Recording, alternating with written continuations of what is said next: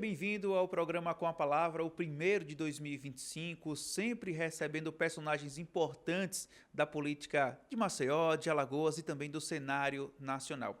E para a gente abrir em grande estilo o primeiro programa desta temporada do Com a Palavra, estamos recebendo ninguém mais, ninguém menos que George Santoro, ex-secretário de Estado da Fazenda de Alagoas, atualmente ocupa o cargo de secretário executivo do Ministério dos Transportes, é um braço direito importante do ex-governador Renan Filho, lá em Brasília, desempenhando um papel importante no governo federal. Secretário, seja bem-vindo ao programa Com a Palavra. A gente sempre recebe política, o senhor também se tornou um personagem importante, não só por ser um secretário com um perfil técnico do que foi o senhor na gestão do Renan Filho, mas pelo seu trabalho que ultrapassou, rompeu essa barreira de ser apenas um tecnocrata, digamos assim, mas uma figura importante, um formador de opinião importante para o nosso Estado. Seja bem-vindo ao programa Com a Palavra, fique à vontade. Viu? Obrigado, é uma satisfação poder estar aqui com você e poder debater temas importantes de Alagoas, do Brasil. Eu acho que o papel nosso como gestor público é estar sempre pronto para poder opinar sobre vários assuntos e poder demonstrar o nosso trabalho. Como é que tem sido esse papel do senhor junto ao ministro Renan Filho em Brasília, no governo federal? Quais são as funções que o senhor ocupa hoje, que desempenha na prática como secretário executivo? O secretário executivo dos ministérios, eles têm a função de organizar a casa para dentro da casa, né? Só que o ministro Renan Filho, ele, como você acompanhou aqui na gestão dele, ele é muito exigente.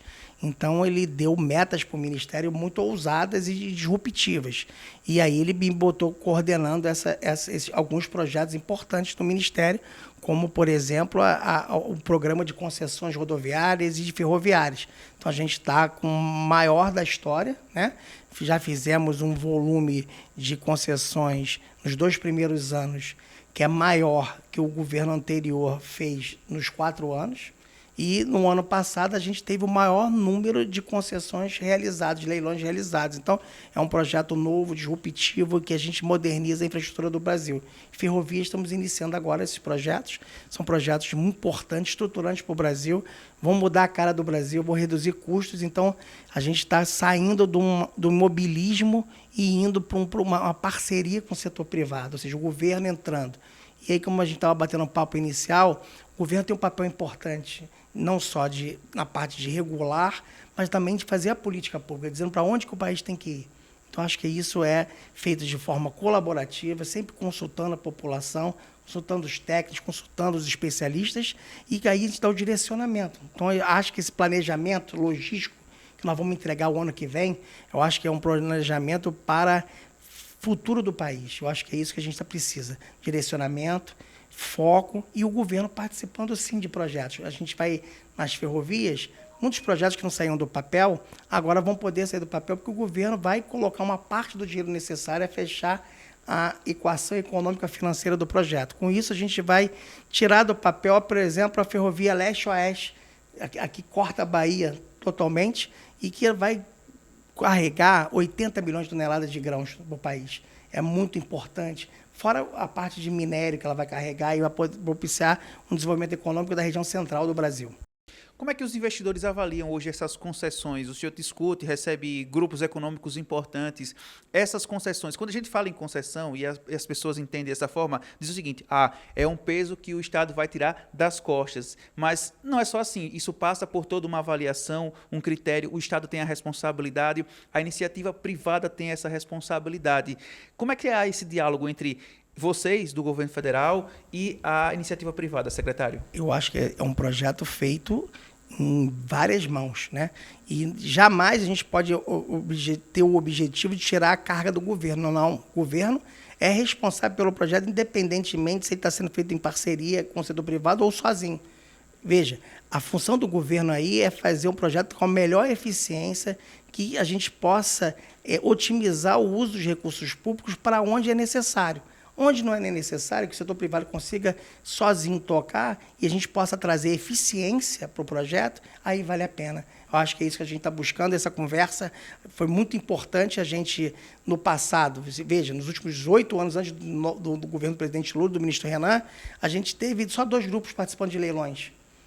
Agora, na nossa gestão, tiveram diversos novos grupos participando, grupos estrangeiros ganhando leilões, coisa que não acontecia desde 2007. Ou seja, nós trouxemos o interesse estrangeiro, interesse do mercado financeiro. Veja, bancos como BTG, Opportunity, XP entraram em licitações, Fundo Prisma, entraram em licitações nossas, coisa que não acontecia. O Grupo Itaú, através da EPR, Equipave, também participou de leilões, ganhou leilões. Então, a gente teve uma diversidade de novos atores entrando, novos entrantes e entrantes estrangeiros. Por quê? Porque os projetos estão bem feitos, estão bem modelados e estão adequados a uma realidade competitivos. Ou seja, eu consigo hoje ter a maior carteira de projetos rodoviários do mundo atualmente. Nós temos a maior. Fizemos roadshows na Europa, temos com um convite agora de apresentar a carteira num dia inteiro em Davos, que é um maior evento na área econômica do mundo. Então, estamos à tarde, daqui a pouco, depois da nossa entrevista, eu vou fazer uma conversa com a equipe organizadora desse evento lá em Davos, e a gente deve apresentar nossos projetos lá também. Então, essa interação tem sido muito boa e muito eficiente. Há um dilema aqui no Brasil, e a gente como cidadão entende que o Brasil ele é um continente, né, aqui no nosso país. A gente tem uma dimensão continental dentro de um país. E a gente sempre, nós nos acostumamos a entender o seguinte, poxa, o Brasil largou as ferrovias, investiu em rodovias, investiu no uso de caminhões, incentiva aos caminhões, e a gente vê como faz falta as ferrovias hoje. Vocês também têm esse entendimento dentro do Ministério? Sem dúvida nenhuma. O que aconteceu, Alan, é que as ferrovias no Brasil foram feitas para transportar passageiros. No momento em que o transporte rodoviário não tinha eficiência. Então, elas tinham uma velocidade muito superior ao transporte rodoviário. E hoje, a realidade é completamente diferente. Então, a gente precisa ter projetos de ferrovias de passageiros. Então, a gente estamos com 6 projetos de ferrovias de passageiros para lançar editais no próximo ano, nesse ano já, em 2025. São 6 projetos interessantes, são projetos intercidades. Apoiamos o Intercidade de Campinas a São Paulo, com investimento, com a segregação da malha ferroviária federal. Mas hoje o Brasil precisa também de projetos de ferrovias de carga. Por quê? Porque o Brasil é um grande exportador de commodities, e commodities precisam ter bom custo logístico. Então, a gente precisa oferecer isso para os produtores do agronegócio e também para produtores minerais. E o Brasil, a gente está colocando esses projetos para sair, para ter audiências públicas. No final do ano passado, a gente botou em audiência pública o Arco Ferroviário do Sudeste, que é uma ferrovia que interconecta o Espírito Santo e o Rio de Janeiro, mas conecta 6 portos. Ou seja, hoje o Brasil, infelizmente, não há uma concorrência entre portos, porque os portos que exportam são os portos que a carga consegue chegar. Quando eu consigo conectar, dar oportunidades, eu consigo ter concorrência e disputa. Isso reduz os custos logísticos, isso dá oportunidade da gente colocar produtos nossos com maior vantajosidade no mercado. Eu acho que esse é o nosso objetivo, eu acho que o legado que o ministro Renan quer deixar no Ministério é isso.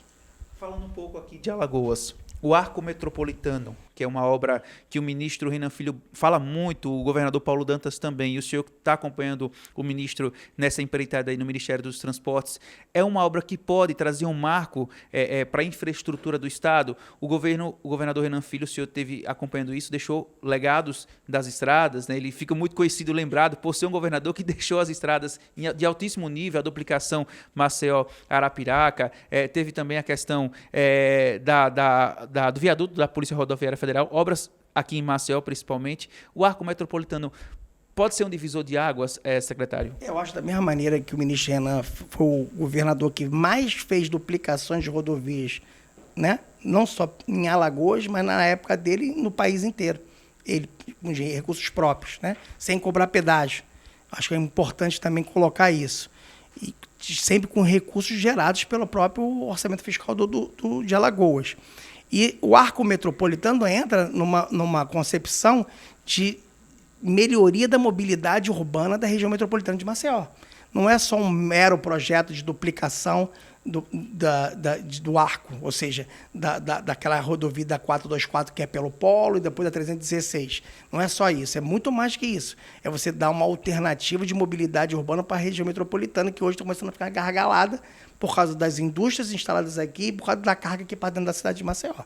Então, ele é um projeto conectado com outro projeto, que é a federalização e a extensão da BR 324, né? 349, que vem de Alagoinhas, passa por Penedo, aí tem a ponte de Penedo, né? Que deve estar começando a construção efetiva, depois de todos os trabalhos iniciais, o licenciamento ambiental deve sair essa semana, ou no máximo na próxima semana, e que iniciará a obra da ponte. Ela teve a federalização, a partir de Penedo, da L101 Sul, e aí a gente vai ter toda a região sul do estado numa BR, que é uma estrada com um patamar de exigência de transporte de carga muito maior, que é uma AL, uma rodovia estadual. Então, com isso, a gente cria um corredor logístico no sul do estado, paralelo, além da BR-101. Veja, a BR-101 a gente vai entregar, ela é totalmente duplicada, nos 2 trechos que faltavam até o final desse ano. Paralelo a isso, eu vou ter essa nova estruturação que vai vir do sul e vai conectar com o arco metropolitano de Maceió. Então, a gente cria um vetor logístico fundamental para o desenvolvimento econômico do sul do estado de Alagoas, que estava sentindo falta desse empurrão para o desenvolvimento econômico. Eu não tenho dúvida que nos próximos anos, a partir desses investimentos, nós vamos ter instalação de térmicas, instalação de novas indústrias, instalações de setor hoteleiro, como já está sendo anunciado, como foi anunciado o Vila Galé, e vários condomínios apresentando lá no sul do estado. Eu acho que isso é um fator muito importante para trazer investimento, gerar emprego e renda aqui no estado. Na prática, para quem não entende, a federalização dessas estradas, ela diminui um pouco o custo do estado da manutenção e também aumenta a segurança por ser uma rodovia federal? Na prática, é isso? Na prática, a gente faz uma parceria com o estado, em que o estado cede essa rodovia para o governo federal. O governo federal bota essa rodovia no padrão federal, que é um padrão para transportar mais carga, mais pessoas, que uma rodovia conectando regiões, e você tira esse custo do estado. E o governo federal assume esse custo num outro padrão. Por que o governo federal faz isso? Porque vê como uma oportunidade de melhorar a logística do país. Não é só para atender o estado de Alagoas. Atende o estado de Alagoas, mas atende o estado de Sergipe, atende o estado da Bahia. Como eu te falei, é uma conexão. Vem lá de Alagoinha, Aracaju, Penedo e vem para Maceió. Você cria um novo fluxo econômico e isso é feito a partir de estudos que foram feitos no primeiro ano da gestão do ministro Renan, e a gente desenvolveu isso e chegou à conclusão do melhor traçado para desenvolver esse novo eixo de desenvolvimento econômico da região Nordeste. Bom, esse foi o primeiro bloco da entrevista com o secretário executivo do Ministério dos Transportes, Jorge Santoro. A gente vai para um rápido intervalo e volta no segundo bloco aqui no programa Com a Palavra. Não sai daí.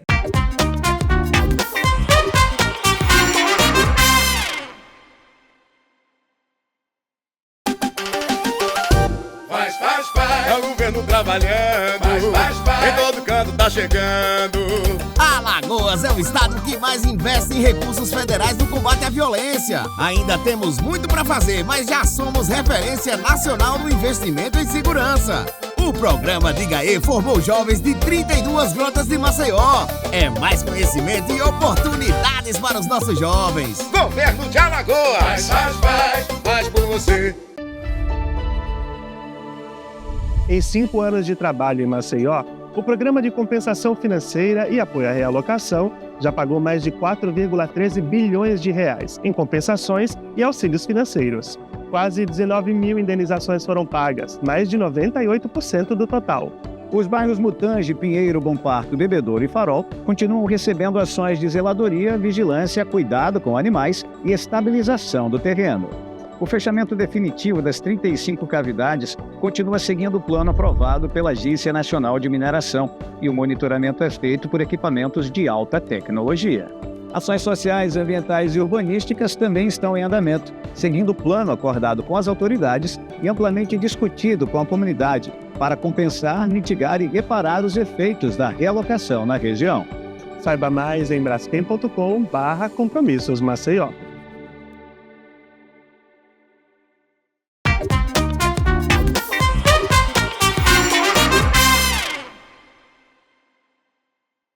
Estamos de volta no segundo bloco do programa Com a Palavra, hoje recebendo, no primeiro programa de 2025, o George Santoro, secretário executivo do Ministério dos Transportes, é o braço direito do ex-governador e ministro Renan Filho, é um técnico muito importante que esteve à frente da Secretaria da Fazenda de Alagoas durante 8 anos, as 2 gestões de Renan Filho, e hoje desempenha um papel importante no Ministério dos Transportes. Secretário, a gente teve recentemente, agora no mês de dezembro, antes do Natal, a queda, né, de um trecho da ponte entre Tocantins e o Maranhão.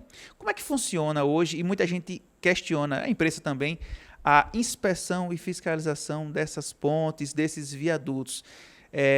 Claro que isso foi uma tragédia que aconteceu, teve repercussão em todo o país. Como é que vocês avaliam internamente esse ocorrido e o que pode fazer o Ministério para prevenir casos como esse? A gente passou pelo Brasil por um período de quase 8 anos, pelo menos 8 anos anterior ao início do governo do presidente Lula, com baixíssimos investimentos em infraestrutura, né? Então a gente tem uma malha rodoviária gigantesca e a gente dispunha de 3 bilhões, 4 bilhões ano para dar manutenção numa malha gigantesca. Esses recursos não conseguem cobrir nem a depreciação, não conseguiam cobrir, né? Quando o presidente Lula entra, ele conseguiu negociar a PEC da transição e os recursos do Ministério aumentaram substancialmente. Para você ter uma ideia, a gente aplicou em 2023 15 bilhões, em 2024 quase 16 bilhões de reais, o que somado os 2 anos daria quase 31 bilhões de reais. E se você olhar o governo do presidente Bolsonaro, o governo anterior, nos 4 anos, ele não chegou a ter 26 bilhões de reais. Ou seja, eu, nos 2 primeiros anos, já tive mais do que o dobro do que ele teve nos 4 anos de gestão dele. Se você pegar o presidente Temer anterior, a mesma coisa. Então, a gente estava subinvestindo no país. Quando a gente entra no governo, a gente encontrou a malha rodoviária federal no seu pior nível da série histórica, né, avaliado pelos servidores públicos do DENIT, são gabaritados servidores. Então, o DENIT estava, na maioria das superintendências pelo país, com quase nenhum projeto de melhorias. Manutenção, a malha não era coberta totalmente por contratos de manutenção, ou seja, tinha superintendente que nem metade da malha estava coberta por contrato de manutenção. Alagoas, por exemplo, era um caso desse, não estava coberta totalmente a malha. A gente tinha problemas. E outros estados, como Minas, Santa Catarina, Paraná, a gente tinha dificuldades bastante significativas. E aí a gente entra no governo, começa a colocar esses contratos na rua, começa a contratar projetos, só que entre você decidir contratar o projeto e esse projeto ficar pronto, demora 1 ano e meio. Então a gente está nessa fase de concluir projetos. Se contratava 1 bilhão por ano em projetos, hoje nós estamos contratando 7 bilhões por ano em projetos, né? Então são projetos que demoram algum tempo de maturação, tem que ir a campo, estudar, fazer geometria, né? Então isso demora para ser feito, exige um estudo detalhado, tem questão de licenciamento, a gente demora para ter licenciamento, né? Então, por exemplo, a ponte de Penedo, o normal de uma ponte, ele demora 4 anos para licenciar. A gente vai licenciar a ponte de Penedo em 1 ano. Então, assim, é uma mudança de governança, de gestão, que a gente está conseguindo implementar através do ministro Renan Filho, conseguiu implementar isso. Com muito diálogo entre as instituições, entre os poderes. A gente tem uma conversa muito franca e direta no Tribunal de Contas da União, e isso ajuda nessa construção dessa governança e poder ter essa carteira de investimentos. As concessões ajudam, porque o setor privado traz eficiência, mas elas sozinhas não são a solução, porque tem regiões do país e que eu não consigo ter viabilidade econômica de fazer uma concessão. Então, o governo tem que atuar, tem que fazer os investimentos. Não tem jeito, eu preciso ter recursos. O caso da ponte, infelizmente, a gente tem um diagnóstico, tem um programa de pontes, de acompanhamento de pontes, que identificou algumas pontes com problemas, mas, veja, entre a ponte ter um diagnóstico de problemas e ela precisar ser interditada, cabe ao superintendente regional, no acompanhamento mais direto, identificar o problema e suspender as atividades. Isso está sendo investigado, o ministro abriu a investigação, esses fatos não poderiam acontecer, e eu acho que sirva de lição para a gente corrigir rumos e consertar.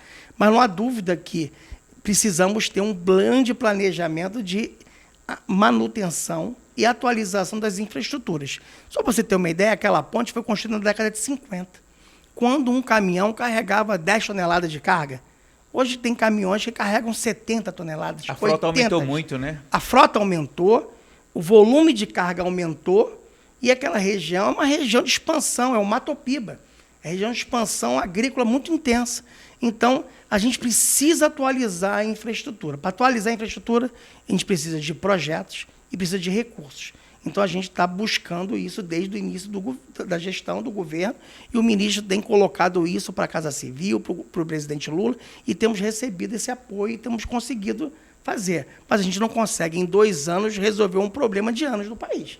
Então, a gente precisa construir esses caminhos, e isso está sendo construído. Eu acho que esse fato, infelizmente, aconteceu, tivemos mortes que têm que ser apuradas, responsabilidades, mas a gente precisa entender que também a gente precisa ter no Brasil a consciência que é necessário ter recursos para atualizar nossa infraestrutura, não só para esse novo mundo, mas também para a questão das mudanças climáticas. Nós tivemos uma crise no Rio Grande do Sul muito intensa, que exigiu muito da gente. E essas crises vão acontecer cada vez mais.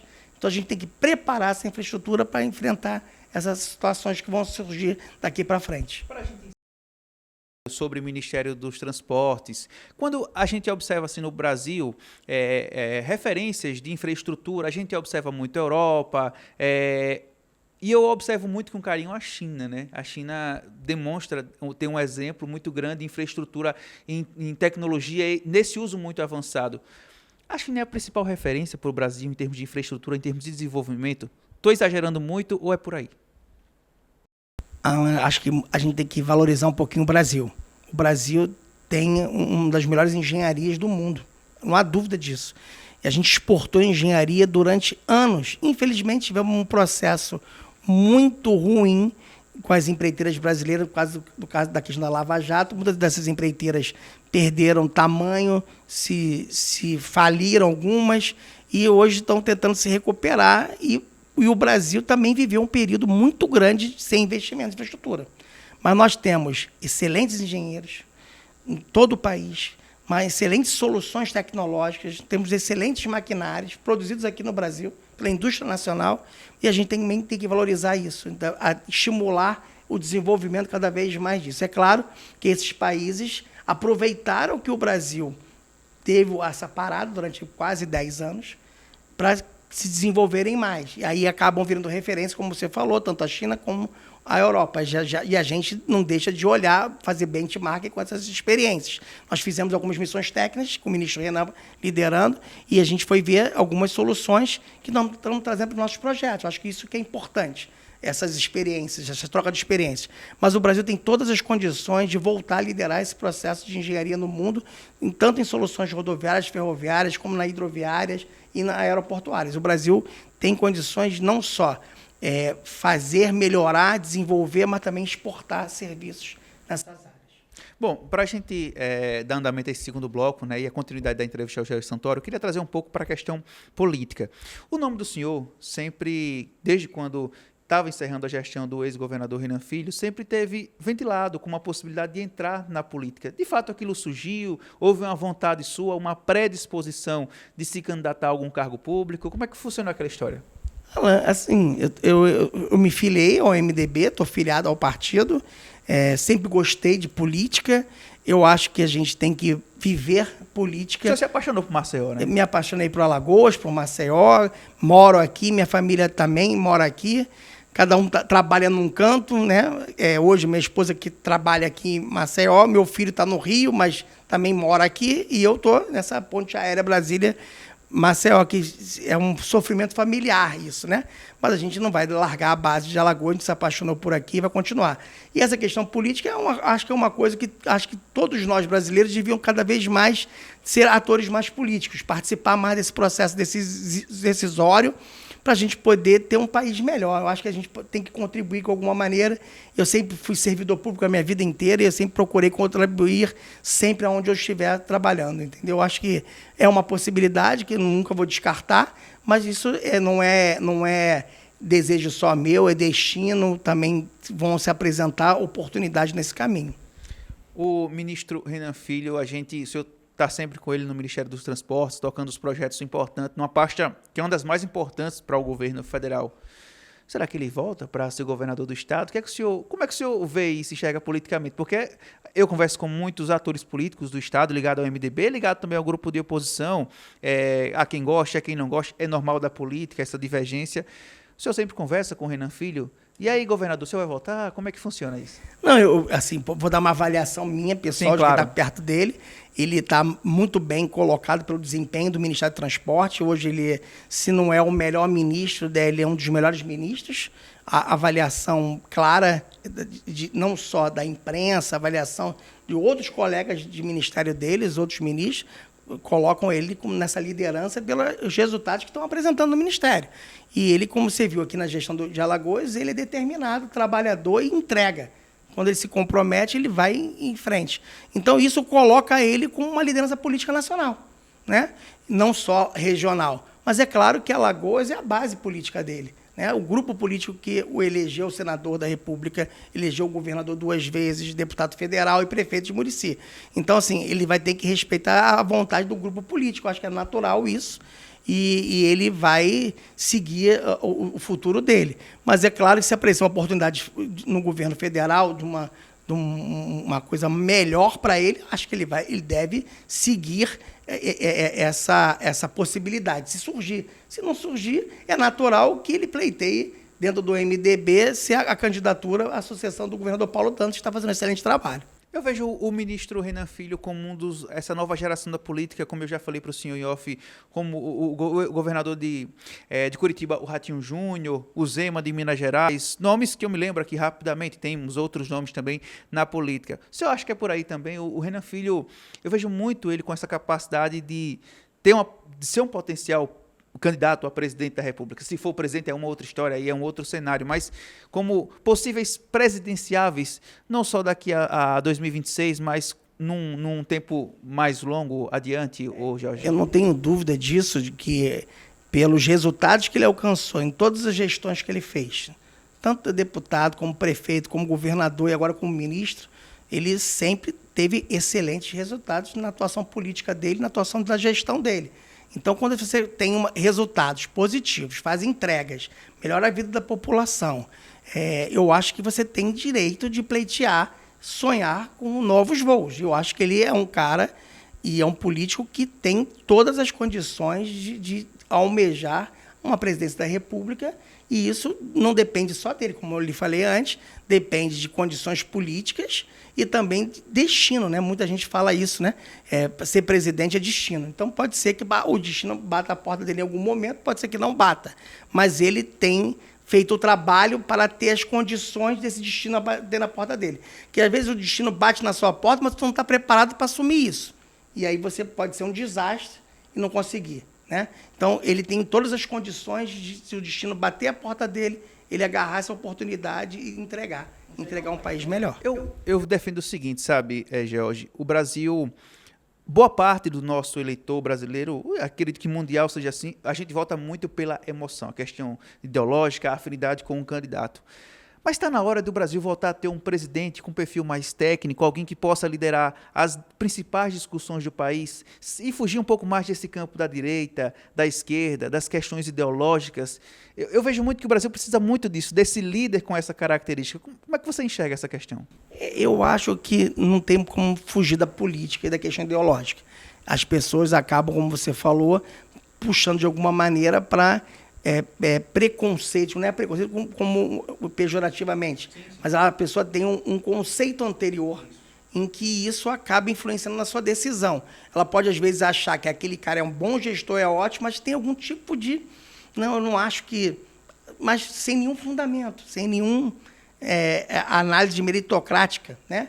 Então, assim, eu acho que a maturidade política do Brasil, num processo democrático, faz a gente caminhar para eleger pessoas que façam entregas, que deixem legado para a sociedade, e não mais apenas por questões meramente ideológicas. Mas eu acho que isso é um processo de maturidade política que o Brasil está construindo. A gente vê várias eleições, e aqui a reeleição do ministro Renan para o governo do Estado, depois a sucessão dele para o Paulo, foi nessa sequência. Entregas de meritocracia, gestões bem avaliadas pelos resultados que apresentaram. Eu acho que é nesse caminho. Eu acho que a política e a democracia no Brasil ainda são muito jovens, e a gente está melhorando a cada eleição, cada processo. Nós enfrentamos no dia de hoje, emblemático, dia 8, um processo muito de tentativa de ruptura institucional. E as instituições do Brasil conseguiram sobreviver a um processo de tentativa de ruptura democrática. Isso demonstra que o Brasil amadureceu politicamente e institucionalmente. Isso foi muito bom. Isso foi um bom exemplo para o mundo. Ou seja, o Brasil mudou de patamar. Não é uma república de banana que deu um golpe que alguém tomou poder. Ela tem regras, tem instituições que estão sendo seguidas. Isso é muito importante. Eu acho que esse caminho que você está falando é um caminho natural, que vai acontecer em algum momento. O senhor já usou as redes sociais, antes de terminar o segundo bloco, em outras oportunidades, e como morador também de Maceió, fez algumas críticas à questão da mobilidade. Não vou entrar aqui, se é a favor, foi contra o prefeito JHC. Como é que o senhor enxerga hoje? É um assunto complexo, mas, em resumo, como é que o senhor enxerga hoje essa mobilidade aqui de Maceió? Eu acho que a mobilidade é um problema de todas as grandes cidades. Eu acho que ela tem que ser tratada sempre com estudos, com análise técnica e sempre ouvindo a população que é atingida. O que, infelizmente, a gente não tem visto aqui em Maceió é essa oitiva da população de forma mais democrática, mais aberta. O que a população espera, deseja em relação às ações. É claro que, às vezes, o gestor público tem que tomar decisões mais duras para mudar a percepção dessa sociedade, que às vezes não consegue estar acomodada. Mas aí, nesse caso, quando você quer mudar a percepção da sociedade, você precisa apresentar estudos técnicos, realmente técnicos, em que você avaliou a engenharia, avaliou as opções e que você tenha alternativas para essa população. Eu acho que isso está faltando um pouco aqui em Maceió, mas também está faltando em outras cidades do Brasil. Eu acho que isso cada vez vai ser mais discutido, isso através desse processo nosso de mudança, né? Olhar mais as cidades como um lugar para se morar, mas com qualidade de vida, preservando o meio ambiente, com sustentabilidade, respeitando diversos conceitos que no passado não eram respeitados. Eu acho que isso é um caminho, que é um caminho sem volta. Então, a gente precisa olhar o que eu quero para uma Maceió. Eu quero uma Maceió com mais qualidade de vida ou eu quero uma Maceió só para atrair turistas? Porque esse movimento de só atrair turistas, ela tem um prazo de validade. Tem uma hora que o turista já começa a achar que a cidade já não é o que ele achava que era. Ele acaba voltando sempre. Isso, voltando, então você precisa ter uma qualificação maior da cidade. Então, eu acho que falta esse planejamento de longo prazo para a cidade de Maceió, para manter essa atratividade no longo prazo. Eu acho que isso é importante. Então, um projeto de arborização, projetos de estacionamento. Veja, a gente não tem nenhum estacionamento subterrâneo em Maceió. E a gente poderia ter vários projetos, aproveitando as praças públicas, como várias cidades do mundo fazem, criando projetos com a iniciativa privada para fazer estacionamento subterrâneo. Você resolve o problema de estacionamento, não fica essa polêmica se pode ou não pode estacionar nas ruas. E aí você consegue, a partir disso, a desenvolver projetos de mobilidade urbana muito mais eficientes e respeitando o ecossistema. Não é uma solução de botar um concretão lá e botar de uma maneira sem pensar que tem uma outra solução, que você respeite o ambiente e você consiga dar uma solução mais adequada ao ecossistema da cidade de Maceió. Então, acho que isso tem que ser discutido mais amplamente, está faltando esse debate. Eu não estou criticando especificamente nenhuma atividade, eu estou dizendo é um modelo de governança que precisa ser discutido com a sociedade de uma forma melhor. E principalmente uma cidade que passou pelo que passou com a Sem tragédia da dúvida. Braskem, né? A tragédia da Braskem interfere e deveria mudar completamente o planejamento urbano da cidade e de mobilidade da cidade, porque você segregou 20% da área da cidade, isso criou impactos de infraestrutura, impactos de trânsito que a gente até agora não resolveu, só está piorando.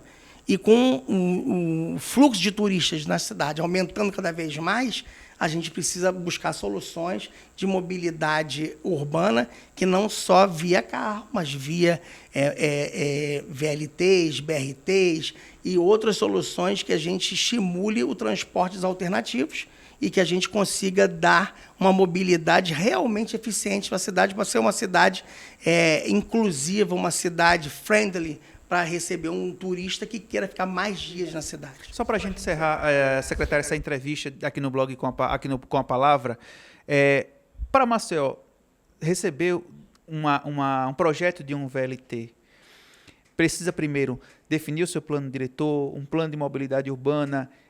A gente está falando de um investimento muito alto, isso precisaria partir como, na opinião do senhor, só para a gente ter uma ideia, é uma iniciativa de orçamento, o município não tem condição de fazer uma obra como essa, mas aí precisaria de uma parceria público-privada, atrair também investimento do governo federal, porque é uma obra que é muito discutida, muito esperada pelo cidadão maceiense. Vou dar um exemplo de Arapiraca. O Ministério do Transporte tinha uma ferrovia lá abandonada, naquela região. A gente discutiu com o prefeito Luciano Barbosa uma solução de construir um VLT aproveitando a linha antiga de ferrovia da Transnordestina em Arapiraca. E fizemos a mesma coisa com Campina Grande, com o prefeito de Campina Grande. E estamos fechando esse projeto no primeiro quadrimestre desse ano, o ministro Renan Filho já até anunciou, e a gente vai ter um VLT em Arapiraca e um em Campina Grande. Então, um VLT que vai cortar a cidade inteira, vai atender a população.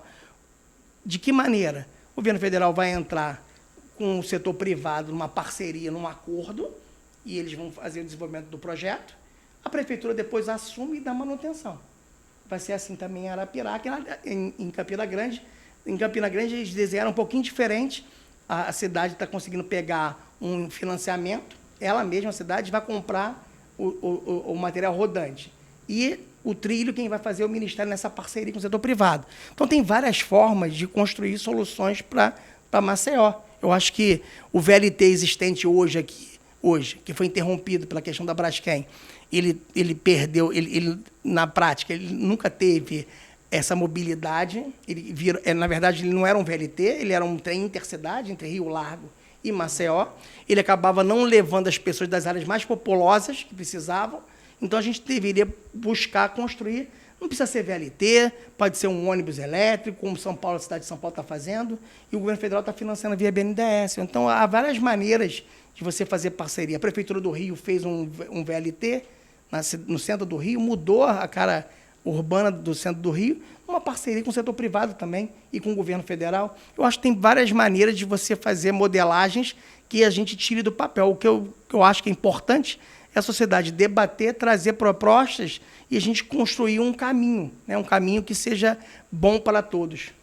Bom, esse foi Jorge Santoro, secretário executivo do Ministério dos Transportes, braço direito do ex-governador e ministro do presidente Lula, Renan Filho. Secretário, satisfação em bater esse papo com o senhor, falar sobre assuntos importantes, né? Tê-lo também como um nível intelectual importante para ajudar a propor discussões importantes para a nossa sociedade. O canal do Acta, o Com a Palavra, sempre tem esse objetivo, de trazer discussões profundas, de analisar cenários e apontar caminhos e soluções que possam ser possíveis para melhorar a nossa sociedade e para melhorar o debate político. Alan, obrigado pela oportunidade, é sempre bom poder debater esses temas. O Ministério do Transporte tem feito um trabalho bastante importante aqui em Alagoas, recebemos a malha rodoviária federal em Alagoas com 75% de índice de bom e ótimo, entregamos agora, em novembro, 91%. Ou seja, saímos de 75% para 91% da malha com ótimo e bom. E estamos desenvolvendo vários projetos no estado. Agora, no final do mês de janeiro, vamos entregar a Serra da Catita, uma obra sonhada, sempre decantada e desejada para ser completada, ou seja, a ligação da BR-101 a 104, completa. Isso vai ter um boom econômico na região norte de Alagoas. E esses projetos que a gente debateu aqui, como o arco rodoviário, como a ponte de Penedo, então são um conjunto de investimentos superior a 2 bilhões de reais aqui em Alagoas. E isso é o trabalho do ministro Renan Filho para deixar um legado aqui, e não só quando está fazendo aqui em Alagoas, mas está fazendo no país inteiro, seja usando o orçamento fiscal do governo federal, mas também em parceria com o setor privado. Então, como você deu o exemplo do governador Ratinho, nós fizemos 6 projetos de concessão em conjunto com eles. 4 já licitados, mais 2 esse ano.